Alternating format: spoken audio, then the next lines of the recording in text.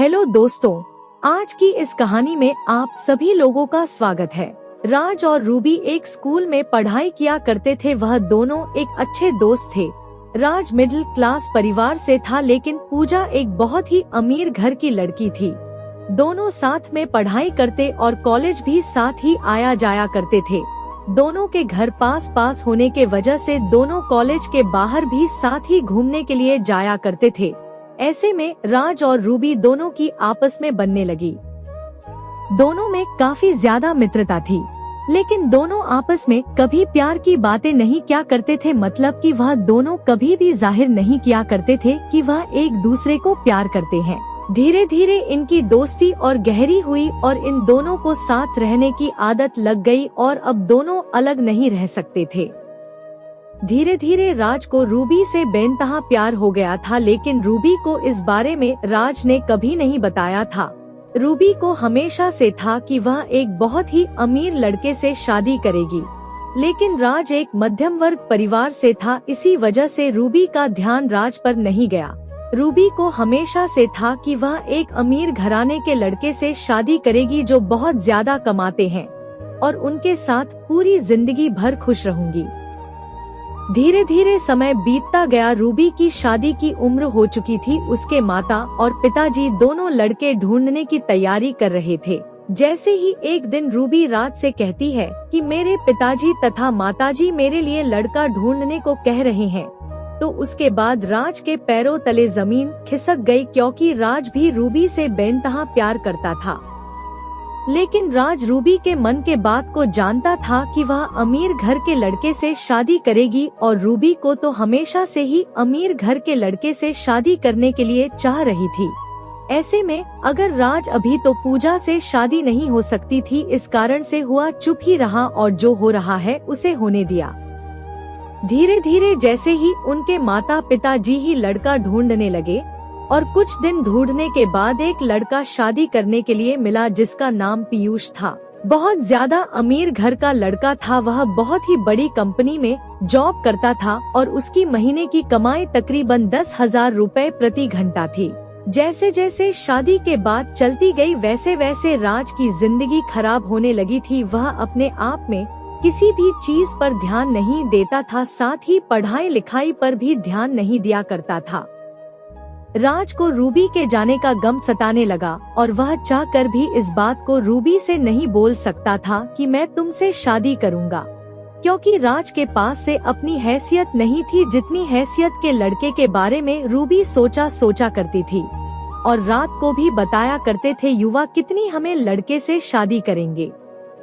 Ruby के शादी की बात फाइनल होने लगी थी, और राज के बारे में काफी लोगों की बहुत ज्यादा पता था कि यह दोनों हमेशा साथ में रहते थे, इसलिए ऐसा लगता है कि दोनों की शादी एक ही साथ हो।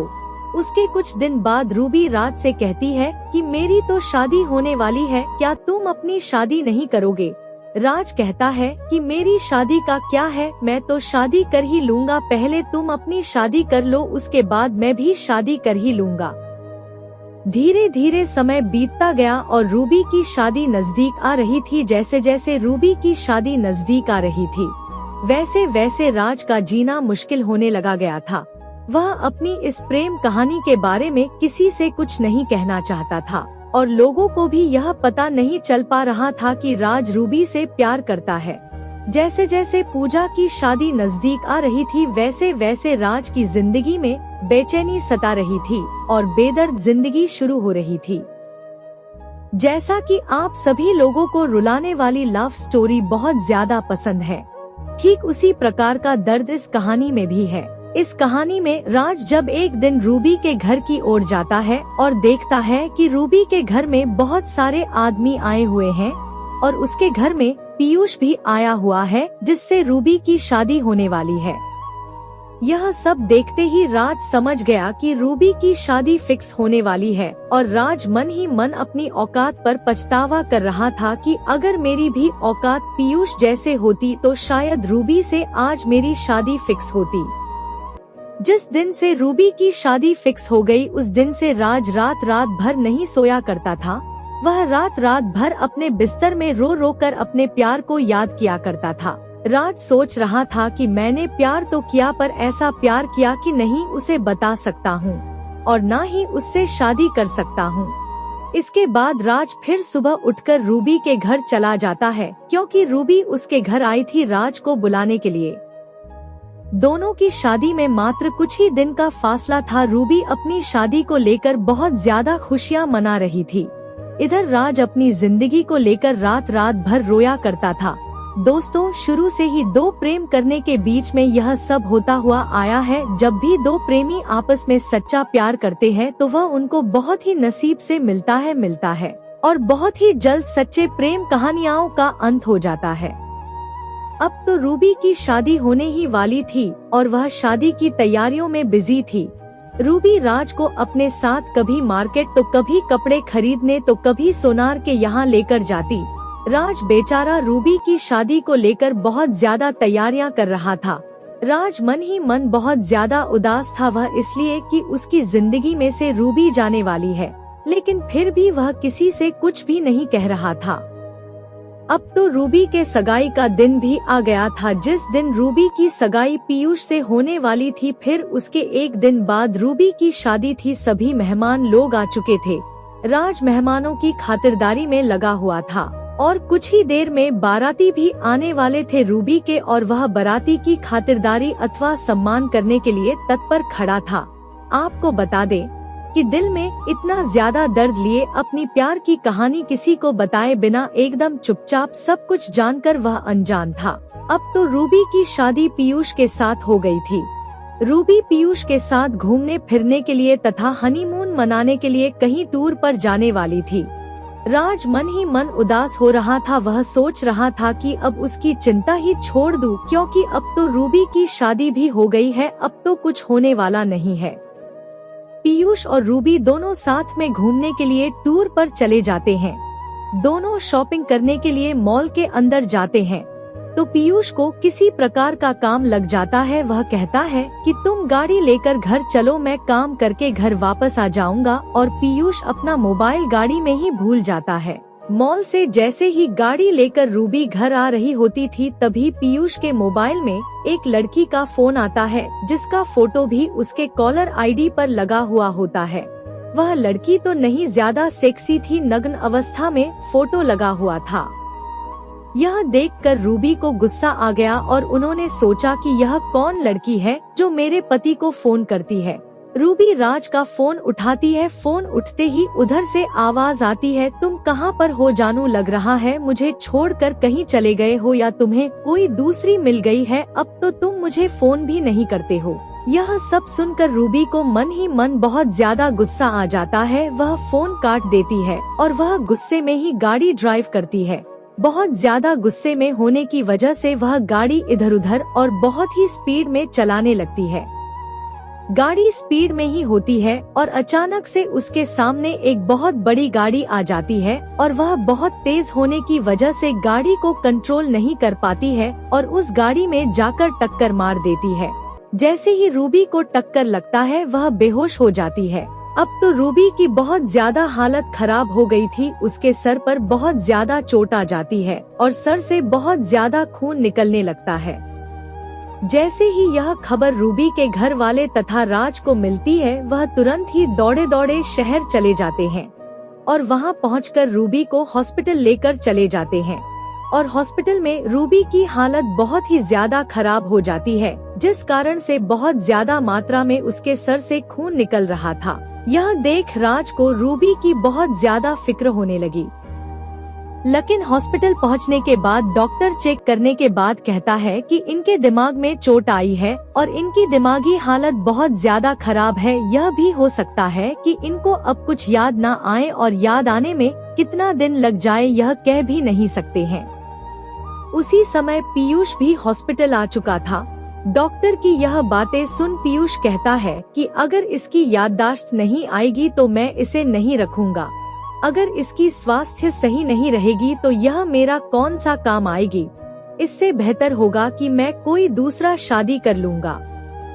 पीयूष ने यह बात रूबी के माता पिता और राज से कहता है। पूजा के माता पिता और राज को यह बात बहुत ही खराब लगती है। और वह लोग चाहते थे कि उनकी बेटी रूबी जल्द से जल्द सही होके घर आ जाए, उसके बाद जो होगा देखा जाएगा। इतना कहते ही पीयूष वहाँ से चला गया और कॉल करके कहता है कि अगर इसकी तबीयत और इसकी दिमागी हालत पूरी तरह से सही हो जाए तो मुझे बता देना। और पीयूष यह भी कहता है कि अगर इसकी दिमागी हालात सही नहीं हो रही होगी तो मुझे मत बताना, मैं दूसरी शादी कर लूँगा। यह सब सुनकर पूजा मन ही मन रोने लगी, लेकिन राज उसे दिलासा दिलाया था कि सब कुछ सही हो जाएगा, तुम एक बार सही हो जाओ बस। अब तो रूबी की देख रेख के लिए राज वहाँ मौजूद था। दिन और रात एक करके रूबी की सेवा में लगा रहता था और फिर जो भी काम लगता था वह राज ही किया करता था, जैसे कि मेडिकल से दवाई लाना, सुबह जल्दी उठकर रूबी के लिए फल और जूस लाना, सारा दिन रूबी की देखरेख, यह सब राज ही करता था, जिसके कारण रूबी को राज पर प्यार आने लगा था। अगर राज कुछ पल के लिए रूबी की नजरों से दूर होता था तो रूबी को राज की चिंता होने लगती थी। लेकिन रूबी के घर वाले कहते थे कि अब तुम हमेशा राज राज क्यों करती रहती हो, राज तुम्हारा कौन लगता है। राज थोड़ा सा भी सोनी या कोई काम से अपने घर जाता था तो पूजा हमेशा राज को आवाज देने का प्रयास करता रहता था। पूजा को जब भी किसी चीज की जरूरत पड़ती थी तो वह हमेशा से ही राज से मांगा तो करती थी। एक सुबह जब रूबी अपने माता पिता से कहती है कि राज कहाँ है, बोली मुझे उससे कुछ बात करनी है, तो रूबी के माता पिता कहते हैं कि राज की शादी होने वाली है, राज भी अपने लिए लड़की देखने बाहर गया हुआ है। इतना सुनते ही रूबी के दिल में घबराहट होने लगी और कहती है कि राज को लड़की की क्या जरूरत पड़ी है, वह तो बोल रहा था कि अभी वह शादी नहीं करेगा। फिर रूबी के माता पिता कहते हैं कि राज भी शादी के लायक हो गया है, उसके माता पिता बोल रहे हैं कि शादी कर ले, इसी कारण से राज अपने लिए लड़की देखने के लिए गाँव गया हुआ है। फिर वह कहती है कि मुझे उससे कुछ जरूरी काम है, उसे जल्दी बुला दो। राज के माता पिता तथा राज दोनों तैयार हो रहे थे लड़की देखने जाने के लिए, तभी रूबी के माता पिता फोन करके कहता है कि राज कहाँ है। राज के पिताजी कहते हैं कि राज अभी तैयार हो रहा है, उसके बाद हम लोग लड़की देखने के लिए जाएंगे। फिर उसके बाद रूबी के पिताजी कहते हैं कि रूबी राज को खोज रही है, शायद उसे कोई जरूरी काम होगा, इसीलिए राज को थोड़ा सा समय निकाल कर बोलना कि रूबी उससे मिलने को कह रही है और कुछ समय के लिए वह अस्पताल आ जाए, फिर उसके बाद वह यहाँ से लड़की देखने के लिए चला जाएगा है। फिर उसके बाद राज अस्पताल जाता है रूबी से मिलने के लिए। रूबी कहती है कि क्या तुम मुझसे शादी करना चाहते हो। रूबी ने ऐसा इसलिए कहा क्योंकि रूबी एक दिन राज को अपने रूम में रोते हुए देख लिया था और वह यह भी जान गई थी कि राज मुझसे प्यार करता है। उसके बाद राज कहता है कि मैं तो हमेशा से ही तुमसे प्यार करता हूँ, करता था और करता रहूँगा। ऐसे में अगर तुम मुझसे प्यार करती हो तो मुझसे शादी कर सकती हो, वरना मैं तो अपने लिए लड़की देखने के लिए जा ही रहा था। उसके बाद रूबी राज का हाथ पकड़ लेती है और कहती है कि मैं तुम्हारे साथ जीना मरना चाहती हूँ राज, मैं भी तुमसे बहुत पहले से ही प्यार करती थी, लेकिन मैं अपने प्यार को समझ नहीं पा रही थी। मुझे तो इतना अमीर लड़का चाहिए था शादी करने के लिए कि मैं सोच भी नहीं सकती थी, लेकिन अब मेरी सोच बिल्कुल बदल चुकी है, अब मैं तुमसे शादी करने के लिए तैयार हूँ। फिर कुछ दिन बाद रूबी की तबीयत पूरी तरह से ठीक हो जाती है और फिर वह अपने घर वापस चली जाती है। उसके बाद रूबी के पिताजी पीयूष के माता पिता को बुलाते हैं और कहते हैं कि आपके बेटे ने कहा था कि वह रूबी से शादी नहीं करेगा, हम लोग अब आपसे सारा रिश्ता तोड़ने वाले हैं। उसके बाद पीयूष माफी मांगता है और वह कहता है कि मैंने तो वह गलती से बोल दिया था कि अब रूबी से शादी नहीं करूँगा, लेकिन अब तो रूबी बिल्कुल सही हो गई है, मुझे अब रूबी को रखने में कोई आपत्ति नहीं है। लेकिन पीयूष की हकीकत जानने के बाद रूबी कहती है कि मुझे अब तुम्हारे साथ नहीं रहना है, तुम्हारा चक्कर बाकी अन्य लड़कियों से भी चलता है, इस कारण से मैं अब तुम्हारे साथ नहीं रह सकती हूँ। उसके बाद पीयूष बहुत ज्यादा मिन्नतें करता है, लेकिन राज के रूबी के माता पिता नहीं मानते हैं। रूबी पीयूष से अपना सारा रिश्ता खत्म कर देती है। उसके बाद राज और रूबी की शादी बड़े ही धूमधाम से सभी के आज्ञा के अनुसार होती है। शादी के दिन रूबी और राज बहुत ही ज्यादा खुश थे। अब तो रूबी को भी मालूम चल गया था कि पैसा ही सब कुछ नहीं होता है अगर जिंदगी में प्यार नहीं है तो, क्योंकि पैसा तो कमाया जा सकता है लेकिन एक प्यार करने वाले इंसान को कभी नहीं कमाया जा सकता है।